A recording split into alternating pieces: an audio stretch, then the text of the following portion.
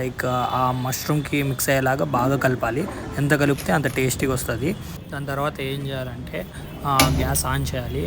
Gas on చేసిన వెంటనే మనతో ఉన్న లైక్ బౌల్ ఒకటి పెట్టుకోవాలి. అది నాన్ స్టిక్ అయినా కావచ్చు, నార్మల్ అయినా కావచ్చు.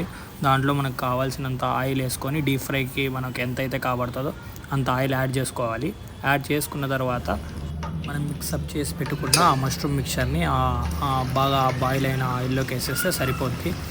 అలా కాస్త హై ఫ్లేమ్లో పెట్టి కాసేపు డీప్ ఫ్రై చేయాలి.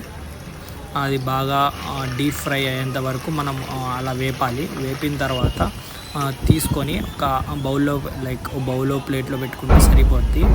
చివర దాని మీద లైట్గా సాల్ట్, మ్యాగీ మసాలా ఉంటే మ్యాగీ మసాలా, లేకపోతే నీకు ఏ స్పైసెస్ ఉంటే అవి అలా లైట్గా యాడ్ చేసుకొని తింటే సూపర్ ఉంటుంది. అది ఈ వెదర్కి, ఈ క్లైమేట్కి, బెంగళూరు వెదర్కి అబ్బా చిల్.